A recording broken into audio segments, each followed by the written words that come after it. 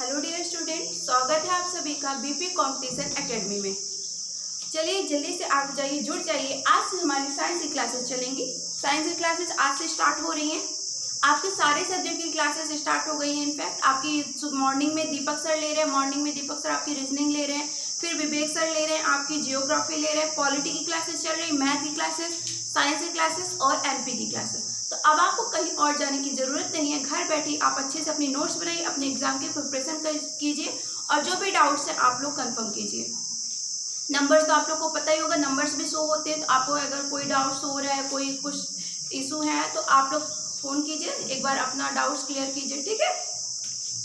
चलिए तो फिर आज की क्लासेस साइंस की स्टार्ट होने वाली है, तो जल्दी से आप सभी जुड़ जाइए। आज से हम ये साइंस की क्लासेस ऐसा नहीं है कि हम केवल एक ही एग्जाम को लेकर के तैयारी कर रहे हैं, एक ही एग्जाम का सिलेबस है।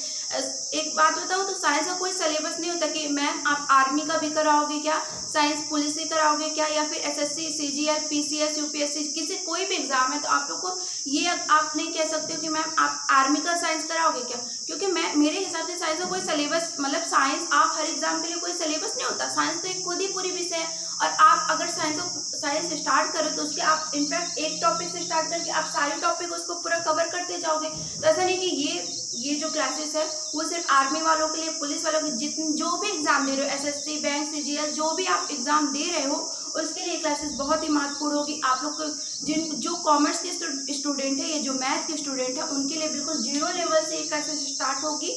अगर आपने बिल्कुल भी नहीं किया साइंस तो आइए हमारे साथ जुड़ जाइए और अपनी नोट्स अच्छे से बनाइए। तो मैं बिल्कुल जीरो लेवल से ले जाकर बिल्कुल आपका पूरा सिलेबस कवर कराऊंगी, पूरा 100 तक करेंगे, ठीक है। चलिए तो फिर आज जल्दी से आ जाइए और फिर आज क्लासेस स्टार्ट करते हैं जल्दी। सभी को बहुत ही अच्छी बेहतरीन क्लासेस होने वाली हैं आज साइंस की क्लासेस। चलिए साइंस की क्लासेस आप लोगों को पता है एमपी क्लासेस, एमपी क्लासेस चलती रहेंगी। एमपी क्लासेस जो टाइमिंग है, एमपी क्लासेस में कोई टाइमिंग चेंज नहीं हुआ है, जो टाइमिंग है वही होता रहेगा, ठीक है। वही टाइमिंग में आपकी क्लासेस आती रहेंगी। तो चलिए फिर आज साइंस की इंट्रोडक्शन से स्टार्ट करते हैं, साइंस का बेसिक चीज़ों से स्टार्ट करते हैं। आज साइंस की फर्स्ट क्लास है। तो देखिए साइंस में हम साइंस तो में हमारी फिजिक्स, केमिस्ट्री, बायोलॉजी ये आ जाती है, पर अभी जो हम स्टार्ट करेंगे वो बायोलॉजी होगा। उसका कारण ये है कि आप देखिएगा कोई भी पेपर उठाइएगा ना तो बायोलॉजी का डोज है, बायोलॉजी के जो प्रश्न आ रहे हैं एग्जाम में वो ज़्यादा आ रहे हैं, है ना, कंपेयर टू फिजिक्स, केमिस्ट्री में। आप लोग को और थोड़ा सा बायोलॉजी को आप लोग अच्छे जान जाओ। और हाँ, बायोलॉजी का जो चैप्टर है कम से कम 20 से लेकर 22 तक चैप्टर, मतलब 20-22 चैप्टर्स है, काफ़ी सारे चैप्टर्स इसमें हैं। इतना आपके फिजिक्स, केमिस्ट्री और अगर हम इन्वायरमेंट भी मिला दें, इन्वायरमेंट स्टडी का भी कुछ चैप्टर मिला दें तो पूरा कंप्लीट होके 20-21 चैप्टर बनते हैं आपके फिजिक्स, केमिस्ट्री, इन्वायरमेंट के लेकर के। लेकिन बायो एक बहुत ही बड़ा, इसका जो सिलेबस है बहुत बड़ा सा चैप्टर, बहुत सारे चैप्टर्स है, बहुत सारी चीज़ें हैं और एग्जाम के दृष्टिकोण से इसका थोड़ा सा डोज हाई है कंपेयर करें तो। इसलिए आज हम बायोलॉजी से स्टार्ट करते हैं, बायोलॉजी क्लासेस से स्टार्ट करते हैं। चलिए तो बायोलॉजी स्टार्ट करेंगे हम। तो चलिए स्टार्ट करते हैं फिर आज की क्लास हम लोग। देखिए जो हमारा यूनिवर्स है, जो हमारा ब्रह्मांड है, जो हमारा ब्रह्मांड है, कहीं ना कहीं इस यूनिवर्स में, जो हमारे इस यूनिवर्स है, हमारा जो हमारा ब्रह्मांड है, इसमें इस ब्रह्मांड में बहुत सारे जो है सौर मंडल है। पता ही होगा आप लोगों को, आप लोगों ने पढ़ा भी होगा। तो बहुत सारे सौर मंडल है। इन सौर मंडलों में एक हमारा सौर मंडल है और इस सौर मंडल के बीच में एक बड़ा सा तारा स्थित है। एक बड़ा सा तारा स्थित है जिसे हम क्या कहते हैं, सन या सूर्य, ठीक है। हमारे यूनिवर्स में बहुत सारे यूनिवर्स में बहुत सारे सौर मंडल हैं। इन सौर मंडलों में हमारा एक सौर मंडल है और इस सौर मंडल में हमारे सौर मंडल में बीचों बीच एक स्थित है तारा, एक बड़ा सा तारा स्थित है जिसे सन या सूरज कहते हैं, ठीक है। अब देखिए ये जो सूर्य है, आप लोगों को पता होना चाहिए कि कोई भी जीवन की उत्पत्ति के लिए हमें एनर्जी की चाहिए, सूर्य की बहुत ही आवश्यकता है। मतलब कोई भी प्लैनेट में अगर जिंदगी, लाइफ चाहिए तो वो उसके लिए हमें रोशनी, एनर्जी, जल, ये सारी चीज़ें बहुत ही इंपॉर्टेंट है। तो इसी तरह से सूर्य भी है, जहाँ पे सूर्य है तो वहाँ पर जीवन होगा, है ना। तो इसी तारे से रोशनी मिलती है। तो जो हमारा प्लैनेट है अर्थ, जो हमारा प्लैनेट है अर्थ, इसमें हमारा जीवन है ना। उनमें से एक प्लैनेट हमारा कौन सा हो गया, अर्थ हो गया, अर्थ या पृथ्वी। उनमें से आप लोग को पता है यूनिवर्स में बहुत सारे सौर मंडल हैं। सौर मंडलों में एक सौर मंडल हमारा है, हमारा सौर मंडल है। उस सौर मंडल में पृथ्वी उस सौरमंडल में एक तारा बीचों बीच है, सूरज, और कहीं ना कहीं जीवन के लिए बहुत ही जरूरी है, और कहीं ना कहीं बेसिकली जरूरी है। कहीं भी जीवन की उत्पत्ति के लिए एनर्जी चाहिए ही चाहिए। ये जो हमें सूरज रोशनी दे रहा है, इससे हमारे बहुत सारे जीवों की उत्पत्ति हुई है। तो देखिए, जो हमारे अर्थ है, जो हमारे अर्थ में आप लोग को पता है कि उनमें से एक हमारा प्लानेट है अर्थ, यहाँ पर हमारी जिंदगी पाई जाती है, जीवन पाया जाता है। तो इस अर्थ में जब जीवन पाया जाता है, आप लोग को ये अगर कोई डिस्कवरी देखता है या फिर डिस्कवर वाली चीजें देखते हैं, तो आप लोग को पता है मार्स, जो हमारा एक ग्रह है, प्लानेट है मार्स, वहाँ जो अभी की स्थिति है 500 साल 1000 साल पहले मार्स में भी जीवन था। मार्स में भी जीवन था। जो अभी की स्थिति पृथ्वी की है उस टाइम पे मार्स की थी, यानी मंगल ग्रह की थी। और आप लोग को ये भी पता होगा, ये भी ज्ञात होना चाहिए कि जो जीवन है, वो जो लाइफ है, वो एक प्लैनेट में कभी नहीं टिक सकती है। जो लाइफ है, जो जिंदगी है, वो एक प्लैनेट में कभी नहीं टिक सकती है, वो बदलती रहती है। आज यहाँ पर हो सकता है कई सालों बाद, कई वर्षों बाद पृथ्वी से भी जिंदगी, जीवन की जो जीव जंतु जो भी जिंदगी है, लिविंग है, वो हो सकता है कि ना रहे। ठीक है, तो चलिए अब हम जानेंगे कि कैसे आगे हम ये जानेंगे कि कैसे इस पृथ्वी में जीवन की उत्पत्ति हुई, कौन सा जीव था जो इस पृथ्वी में सबसे पहले आया। और देखिए, एक बात याद रखिएगा, चलिए पहले मैं स्टार्ट करती हूँ, फिर आपको बताती हूँ। तो देखिए, जो लगभग जिंदगी हर जगह पाई जाती है, जो पृथ्वी में जल में थल में बहुत सारे जीव पाए जाते हैं ना, जरूर नहीं कि जलवश में, थल में, नभ में, हर जगह पे जीवन है ना। अभी प्रेजेंट टाइम में या और टाइम पहले हर जगह पे जीवन है पृथ्वी में, जल में, थल में। तो देखिए, सबसे पहले जो जीव की उत्पत्ति हुई हमारे पृथ्वी में, सबसे पहले जो जीव पाया गया वो कौन सा जीव था? अगर आएगा प्रश्न, सबसे पहले किस जीव का कौन सा जीव पृथ्वी पर आया, तो सबसे पहले कौन सा जीव आया, तो सबसे पहले किस जीव की उत्पत्ति हुई, तो वो जीव है बैक्टीरिया या जीवाणु इस पृथ्वी में। और हाँ, एक बात याद रखिएगा, अभी थल में तो अगर अभी की बात करें तो थल में तो बहुत सारे जानवर पाए जाते हैं कंपेयर टू जल के, है ना। लेकिन जो जिंदगी है, जो जीवन की उत्पत्ति है, जो जीव आया इस धरती पर सबसे पहले, वो आया जल में। तो कहाँ आया? जल में, याद रखिएगा। तो जल में जीवन की सबसे पहले उत्पत्ति हुई, और सबसे पहला जो जीव आया वो कौन सा था? जीवाणु या बैक्टीरिया। ठीक है, इतना समझ में आया? हम ये बताने की कोशिश कर रहे हैं कि इस पृथ्वी में सबसे पहले कौन आया, किसके सबसे पहले जीवन की उत्पत्ति हुई। तो सबसे पहला जीव या सेल था, सबसे पहला जो जीव या सेल था अगर कहेंगे तो वो तो जीवाणु या बैक्टीरिया। ठीक है, और आप लोग ये भी जानिए, अगर कभी भविष्य में अगर पृथ्वी में जीवन खत्म भी हुआ या जिंदगी नष्ट, सब कुछ नष्ट भी हो गया, तो इस पृथ्वी में सिर्फ एकमात्र चीज ही बचेगी, वो है जीवाणु या बैक्टीरिया। इस धरती पर सबसे पहले जो जीव आया वो था बैक्टीरिया या जीवाणु, और अगर पृथ्वी खत्म भी हो गई तो आखिरी तक कौन बचेगा? केवल बैक्टीरिया या जीवाणु। ये क्यों बचेगा, हम आगे जब बैक्टीरिया पढ़ेंगे उसको तो और अच्छे से इसके डिटेल बताएंगे, इसके कारण भी बताएंगे। अभी यहाँ फोकस कीजिए आप लोग। तो आप लोग को अगर प्रश्न आ गया कि धरती पर सबसे पहले जीव कौन सा था या पहला सेल, अगर पहला सेल पूछेगा, पहला जीव पूछेगा, तो वो जीवाणु या बैक्टीरिया होगा। और कंफ्यूज मत होइएगा। अगर पूछ लिया पहला कोशिकांग, जीव कोशिकांग, अगर प्रश्न पहला इस तरह अगर प्रश्न आ गया, सबसे पहला जीव कोशिकांग, सबसे पहले जीव कोशिकांग, जीव कोशिकांग। और इसी जीव कोशिकांग को क्या कहते हैं? सेल ऑर्गेनिज्म, या पूछ लिया सेल ऑर्गेनिज्म। तो आप लोग को अगर केवल सेल पूछा, केवल जीव पूछा, तो जीवाणु या बैक्टीरिया होगा। और अगर सेल ऑर्गेनिज्म पूछ लिया तो आप लोग को जीव कोशिकांग अगर प्रश्न में आ गया, इस धरती पर सबसे पहला जीव कोशिकांग कौन सा था, तो वो होगा माइटोकांड्रिया। क्या होगा? माइट्रो, कंफ्यूज मत होइएगा, कार्डिया। दिख रहा है? दिखने में कोई दिक्कत? माइटोकांड्रिया। ठीक है, अगर सबसे पहले जीव पूछेगा, सबसे पहले कौन इस धरती पे है, सेल, ओनली सेल पूछा है, तो आप लोग को या माइंड में होना चाहिए जीवाणु या बैक्टीरिया। और अगर पूछ लेगा सेल ऑर्गेनिज्म या जीव कोशिकांग, तो वो होगा माइटोकांड्रिया। ठीक है, इतना कंफर्म हुआ? इतने में कोई डाउट? और सबसे पहले जो जीवन आया बताया ना, जल में आया, और अगर पृथ्वी नष्ट भी हो गई भविष्य में कभी यहाँ से जीवन खत्म भी हुआ, क्योंकि आप लोग को पता होना चाहिए, जैसे मार्स में भी मैं बता रही हूँ ना कि अभी की जो स्थिति है कई सालों, हजारों 500 साल पहले वो स्थिति मार्स की थी, मंगल ग्रह की थी। तो इसी तरह से ये है कि एक ही प्लानेट में जीवन नहीं रह सकता, स्थित नहीं रह सकता कि यहाँ पर जीवन हो गया तो और 1000 साल बाद भी शायद यहाँ पर जीवन रहे, ऐसा पॉसिबल नहीं है, चेंज हो। तो अगर ऐसा कभी हुआ भविष्य में सब कुछ नष्ट हो गया तो केवल एक चीज़ बचेगी, वो है बैक्टीरिया, जो इस धरती पर सबसे पहले आया और आखिरी तक रहेगा। ठीक है, और क्यों रहेगा इसका कारण हम आगे आपको डिस्कस करके बताएंगे। ठीक है, इतने में कोई दिक्कत, कोई इशू? चलिए फिर हम आगे चलते हैं। आगे हम चलेंगे तो देखेंगे,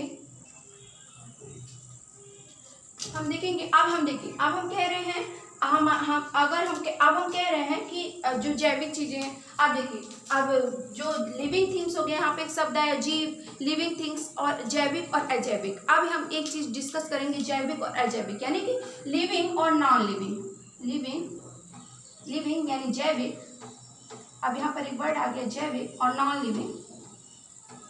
लिविंग अजैविक। ठीक है, अब देखिए, अभी जैविक अजैविक क्या हो गया, तो जो अब हम लोग पढ़ने लगे चीज़ों को, अब हम आगे जैसे जैसे हम धीरे धीरे आगे बढ़ते गए, हमने जाना कि कौन जीव है, जैसे हाथी हो गए, घोड़े हो गए, पेड़ पौधे हो गए, है ना। अब हम ये जानने लगे कौन जीव है, कौन जिंदा है। अब तो जैविक चीज़ें कौन कौन सी हमने बता दिया कि टेबल, कुर्सी, बोर्ड, जैसे ब्लैक बोर्ड हो गया, मार्कर हो गया। अजैविक है, नॉन लिविंग है। तो ये हम लोगों ने कैसे पता कर लिया, हमें कैसे पता चले, ये किसने ऐसा कह दिया कि ये नॉन लिविंग अजैविक चीज़ें हैं और हमने मान ली?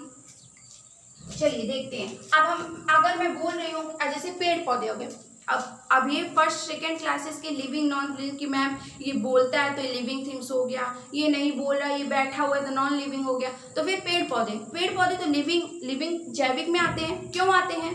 चलते तो नहीं वो कि उठ के पेड़ इधर से उधर चला गया, नहीं, पर ये किस में आते हैं? जैविक में आते हैं। तो चलिए देखते हैं। अब यहाँ जैविक और अजैविक का थोड़ा सा देखते हैं। अब देखिए, अब हम लोगों ने जैसे आगे बढ़ा, जीव आया तो हमने ये डिफाइन किया, हमने ये बांटा कि ये जैविक है, ये अजैविक है, ये लिविंग है, ये नॉन लिविंग है। तो अभी हम कैसे डिफाइन कर लिए कि कैसे हम लोगों ने इसको क्लासिफाई कर दिया कि ये जैविक चीज़ है, अजैविक चीज़ है। चलिए देखते हैं फिर। जैविक या लिविंग और अजैविक यानी नॉन लिविंग। ठीक है, अब जैसे जैसे चीज़ें आगे बढ़ती गई तो हमने डिफाइन किया ना, ये जीव है या ये निर्जीव है, जो भी चीज़ें हैं।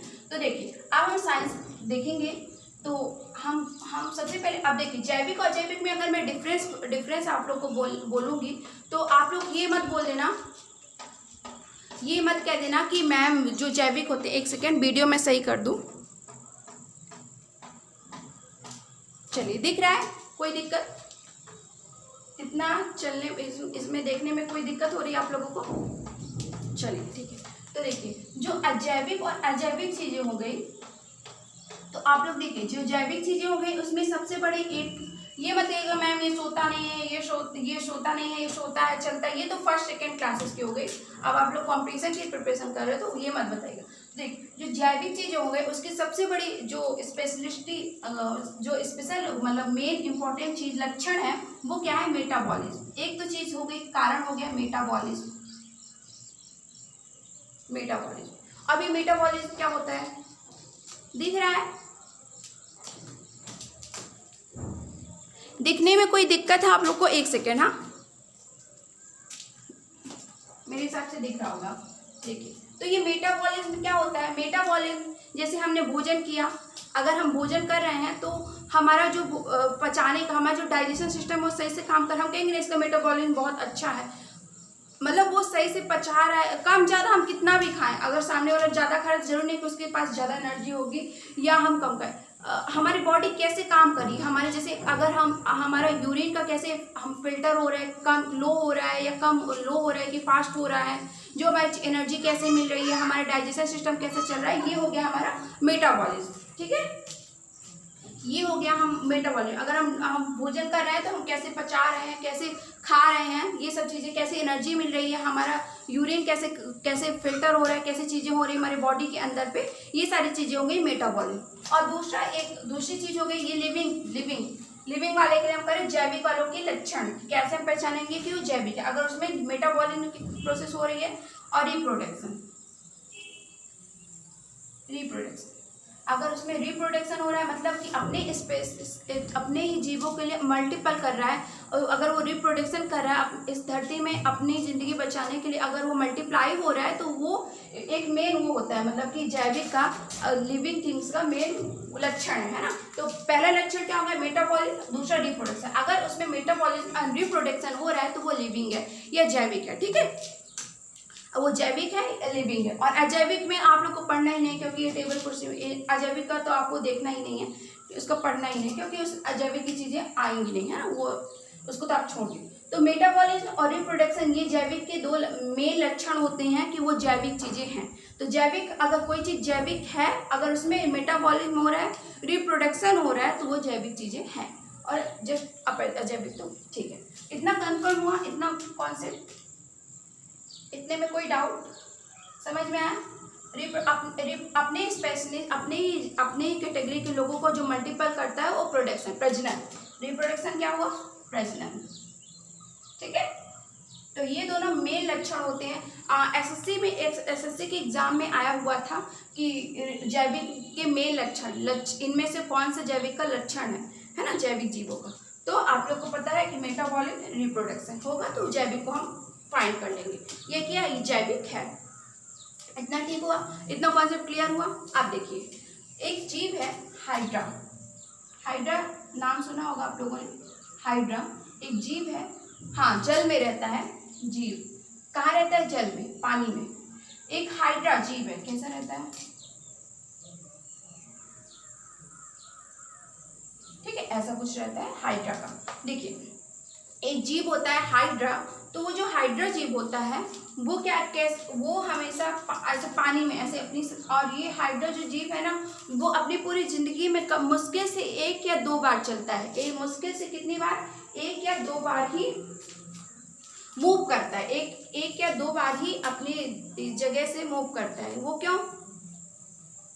क्योंकि उसको कभी अगर उसे, वो भी कब मूव करता है जब उसे खाना या पानी की खाना या कोई और चीज़ की कमी है या रिप्रोडक्शन करना हो, तभी वो अपने स्थान को, अपने सरफेस को छोड़ करके आगे जाता है। अन्यथा वो एक ही जगह पे चिपका रहता है ना, एक ही जगह पे रहता है। ये जल में, मोस्टली पानी में, और बहुत ही सूक्ष्म जीव है, ऐसे सामान्य आंखों से नहीं देखा जाएगा, है ना। तो नॉर्मल आंखों से आप इस जीव को नहीं देख सकते हो। तो आपको बताया कि जो हाइड्रा जीव होता है वो अपनी ज़िंदगी में मुश्किल से 1 या 2 बार ही मूव करते हैं, या तो उसे भोजन की कमी हो गई, या भोजन मिलने में ईजी नहीं रहा, भोजन मिलने में अगर उसे सही नहीं लगा तो तभी वो मूव करेगा, या फिर रिप्रोडक्शन के लिए ही मूव करेगा, अगर, ठीक है। तो ये देखिए, जो हाइड्रा होता है ये कैसे मूव करता है, अब ये जानना, ये हाइड्रा एक जीव है, जैविक जीव है ना। चलिए, तो जो ये हाइड्रा अपने स्थान को, अपने सरफेस को ना, दो मेथड के द्वारा जो हाइड्रा अपनी जमीन न छोड़ने, और ये अभी अपना सरफेस कभी नहीं छोड़ता, अपना जमीन जो है कभी नहीं छोड़ता। एक सेकेंड, मैं इसको ठीक कर दूं, कैमरा बार बार हिल रहा है थोड़ा सा, एक सेकेंड, आप लोग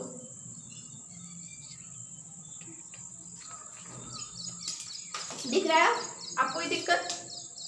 देखिए, तो जो हाइड्रा जीव है, ये अपने सरफेस को, इस सरफेस को क्या कहते हैं,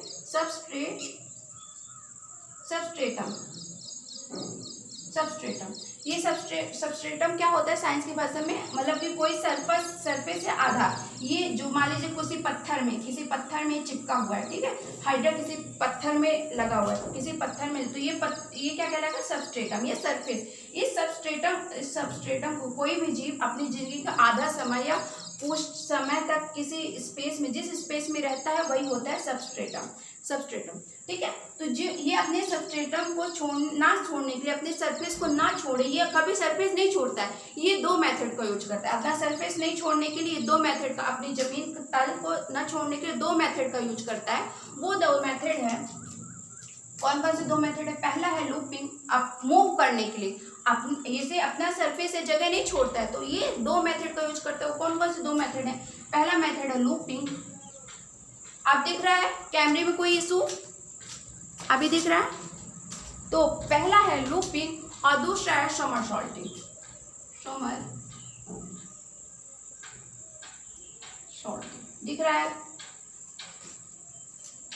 देखिए, ये दो मेथड का यूज करता है अपने प्लेस को छोड़ने के ना, अपने सबस्ट्रेटम को छोड़ने के ना, ये मूव ना छोड़ सके ये, या नहीं छोड़ता ये हाइड्रा अपनी जमीन को ना छोड़ने के लिए दो मेथड का यूज करता है, वो है लूपिंग और समरसॉल्टिंग। LOOPING looping. और ये अभी सब समझिए आप। अगर कहीं पे बस एक कॉपी पेन ले लीजिए, और जहाँ पर इंपॉर्टेंट वर्ड आ रहा है उन्हें लिखते जाइए, और अपने माइंड में ही आप लोग इतना कोशिश कीजिए कि अपने माइंड में ही फीड कर लीजिए, क्योंकि यहाँ की चीज़ें फीड की हुई फिर कभी नहीं जाती। तो देखिए, लूपिंग और समरसॉल्टिंग दो चीज़ें हो गई। तो ये लूपिंग और समरसॉल्ट, लूपिंग यानी थोड़ा सा जंप करना। तो देखिए कैसे मूव करेगा, देखिएगा आप लोग ये मूव कैसे करेगा। अब इस मेथड से ये मूव करता है, तो देखिएगा ये मान लीजिए सरफेस हो गई, ये हाइड्रा हो गया, ठीक है। अब देखिए कैसे करेगा। पहली पोजीशन में ये क्या करेगा, ये थोड़ा सा ऐसे झुक जाएगा, ये थोड़ा सा ऐसे मुड़ जाएगा, एक साइड पे थोड़ा सा झुक जाएगा, और दूसरे में ये जस्ट अपोजिट हो जाएगा, ये ऐसे। पहले में ये थोड़ा झुक गया, थोड़ा मुड़ गया, फिर बिल्कुल उल्टा हो गया। अब ये खाना पाने की दिक्कत होगी, हमेशा तो उल्टा रहेगा नहीं, तो ये खाना, अब फिर ये ऐसे थोड़ा सा, अब ये थोड़ा सा ऐसे टर्न करेगा। दिख रहा है? समझ में आ रहा है?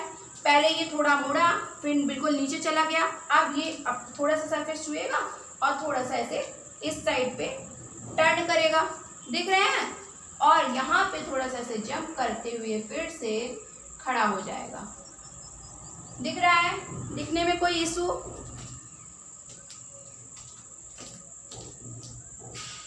देखिए, एक सेकेंड आप लोग को समझाने के लिए। देखिए, ये हाइड्रा, जो हाइड्रा जीव है वो कैसे मूव करता है अपने सरफेस, तो मैंने बताया ना, वो अपनी जगह को नहीं छोड़ता है, वो दो चीजों से मूव करता है, दो मेथड का यूज करता है, लूपिंग एंड समरसॉल्टिंग। वो क्या, समरसॉल्टिंग और लूपिंग क्या होता है? देखिए, पहले वो अपनी जगह पे फर्स्ट स्टेज में ये रहा, सेकेंड स्टेज में थोड़ा टर्न हुआ, थर्ड स्टेज में बिल्कुल ही उल्टा हो गया। अब हमेशा उल्टा नहीं रहेगा, कैसे खाने पीने की दिक्कत होगी, तो ये टच तो हो गया सरफेस में, फिर ये थोड़ा सा फिर मूव करेंगे, fourth stage and fifth stage में बिल्कुल स्ट्रेट हो गया।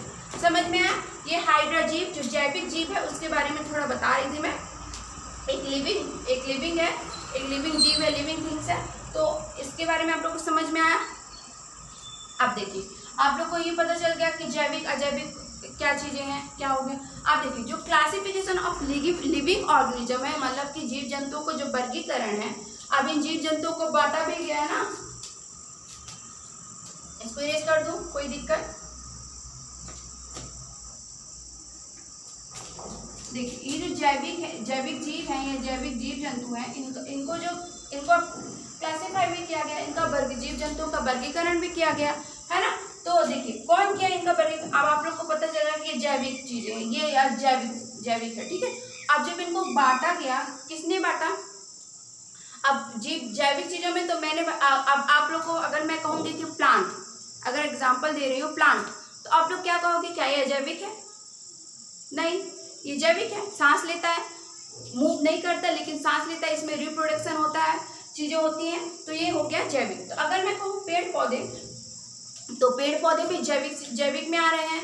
और एनिमल्स, अगर मैं एनिमल्स की बात कर रही हूँ, जानवरों की बात कर रही हूँ, तो भी जैविक में आ रहे हैं। तो इन्हें जीव जंतुओं का वर्गीकरण किया गया या फिर इनका क्लासिफिकेशन किया गया। तो सबसे पहले जो वर्गीकरण किया था, सबसे पहले वर्गीकरण का जनक, अगर आप कह सकते हो फादर ऑफ क्लासिफिकेशन, अगर प्रश्न आ गया फादर ऑफ, समझ में आ रहा है?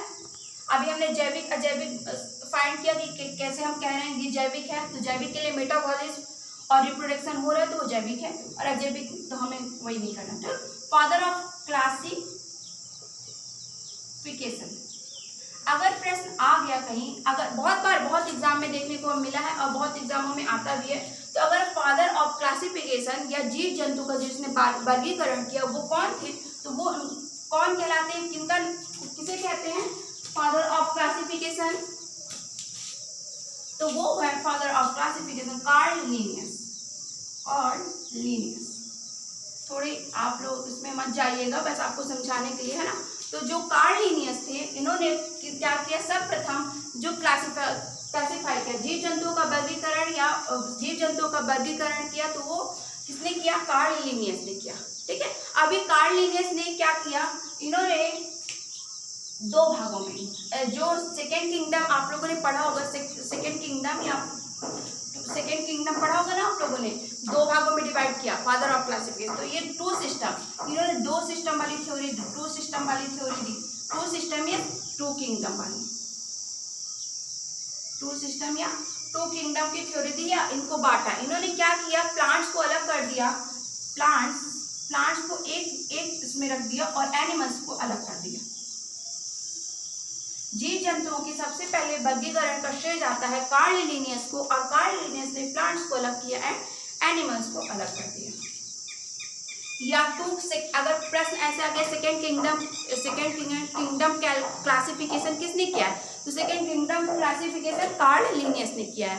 ठीक है, तो अगर फादर ऑफ क्लासिफिकेशन आ गया तो कौन होगा father of classification, Karl Linnaeus होंगे जी। ठीक है, इन्हें कुछ तो देखिए, कार्ल लिनियस जो थे उन्होंने प्लांट्स को एक अलग जगह पे रख दिया और एनिमल्स को एक अलग सिस्टम में रख दिया। तो इन्होंने सेकेंड सिस्टम की थ्योरी दी या सेकेंड किंगडम की थ्योरी दी, सेकेंड किंगडम को क्लासिफाई किया, सेकेंड सिस्टम को क्लासिफाई किसने किया, कार्ल लिनियस ने। इतना कॉन्सेप्ट क्लियर हुआ। और कौन कौन से दो भाग थे, पहला प्लांट्स हो गया और दूसरा एनिमल्स हो गया। अब इन्होंने बहुत सारी बुक भी लिखी थी, कार्ल लिनियस की बहुत सारी इंपॉर्टेंट बुक है, इसमें से एक है सिस्टमा नेचुरा, एक किताब है, इंपॉर्टेंट बुक है, बहुत आती है आपके एग्जाम में, थोड़ा देखिएगा। अब इतना समझ में आएगा, father of classification Karl Linnaeus. अब कार्ल लिनियस ने सिस्टमा नेचुरा एक किताब लिखी, सिस्टमा नेचुरा, उस बुक का क्या नाम है, सिस्टमा नेचुरा, दिख रहा है, सिस्टमा नेचुरा, इंपॉर्टेंट बुक है नेचुरा। ठीक है, जो सिस्टमा नेचुरा है, नेचुरा दिख रहा है, सिस्टमा नेचुरा है, ये किसके द्वारा लिखी गई बुक है, तो सिस्टमा नेचुरा जो है कार्ल लिनियस के द्वारा लिखी गई है। और एक और बुक है फिलोसफिका बोटानिका, फिलोसफिका बोटानिका, ये किसकी बुक है, Botanica, Philosophica, Systema Naturae Carl Linnaeus की बुक है। और फिलोसफिका बोटानिका, फिलोसफिका बोटानिका भी एक किताब है, वो किसकी है, वो किताब है कार्ल लिनियस की, सिस्टमा नेचुरा, फिलोसफिका बोटानिका। और एक और बुक है जेनेरा प्लाटिनम,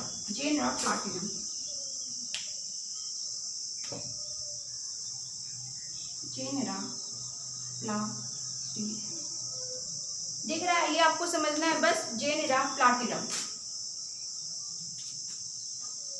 देखिए, सिस्टमा नेचुरा एक बुक, इन्होंने कुछ इंपॉर्टेंट बुकें लिखी हैं, वो बुकें आ जाती है, अगर सिस्टमा नेचुरा इनमें से किस साइंटिस्ट, किस वैज्ञानिक ने लिखा है आ जाते कभी कभी, तो सिस्टमा नेचुरा, फिलोसफिका बोटानिका और जेनेरा प्लाटिनम, ये तीनों जो बुक हैं, ये तीनों जो किताबें हैं, वो किसने लिखी, कार्ल लिनियस की किताबें हैं। ठीक है, देखिए, तो सेकेंड किंगडम की थ्योरी कार्ल लिनियस ने दे दी, प्लांट्स एंड एनिमल्स में डिवाइड कर दिया। और सिस्टमा नेचुरा और फिलोसफिका बोटानिका, जेनेरा प्लाटिनम, ये तीनों जो बुकें हैं वो किसकी हैं, कार्ल लिनियस की किताबें हैं। इतना कॉन्सेप्ट क्लियर हुआ, कोई डाउट? आज बेसिक चीज़ें से स्टार्ट कर रहे हैं, तो अभी आज फर्स्ट लेक्चर है, बेसिक चीज़ें स्टार्ट कर रहे हैं, तो इतना कंफर्म हुआ, कोई डाउट? देखिए, अब एक और एरिस्टोटल, अब एक क्या, ये सारा काम इन्होंने बस कर लिया, ये साइंटिस्ट बस थे नहीं, अब एक और साइंटिस्ट आए, वो कौन थे, एरिस्टोटल या अरस्तु जी ने भी बहुत सारे काम किए, उन्होंने भी बहुत सारे काम किए। तो चलिए अरस्तु जी को हम देखते हैं। इतना कॉन्सेप्ट क्लियर हुआ आप लोग को? कोई डाउट? अभी तक हमने जितना भी पढ़ा, लिविंग नॉन लिविंग। एक सेकेंड, बच्चे कह रहे हैं मैम दिख नहीं रहा सही से, तो मैं इसको ठीक कर देती हूँ। ठीक है, अभी दिख रहा है? तो देखिए, जो अरस्तु जी थे उन्होंने प्राकृतिक विज्ञान के बारे, अरिस्टोटल, ये ग्रीक साइंटिस्ट थे अरिस्टोटल या अरस्तु। ठीक है, ये ग्रीक साइंटिस्ट थे। इन्होंने जितने भी प्राकृतिक चीजें हैं, प्राकृतिक चीजों का अध्ययन किया और इन्होंने भी अपने बहुत सारे, एक सेकेंड, आगे, इन्होंने प्राकृतिक विज्ञान के अंदर बहुत सारी चीज़ों को कवर किया, प्राकृतिक विज्ञान ने पढ़ी और इन्होंने भी प्राकृतिक विज्ञान को एक प्राकृतिक विज्ञान का एक अलग ही वो बना दिया, जिसे हम पढ़ते हैं बॉटनी। है, प्राकृतिक चीज़ों को अलग ही श्रेणी में रख दिया, उसे पढ़ते हैं बॉटनी। ठीक है, तो अरस्तु जी का जो है हम कॉन्सेप्ट अगली क्लासेस में पढ़ेंगे। आज के लेक्चर के लिए इतना ही। आप लोगों को कैसा लगा आज की क्लास जरूर बताइएगा। ठीक है, okay, thank you so much.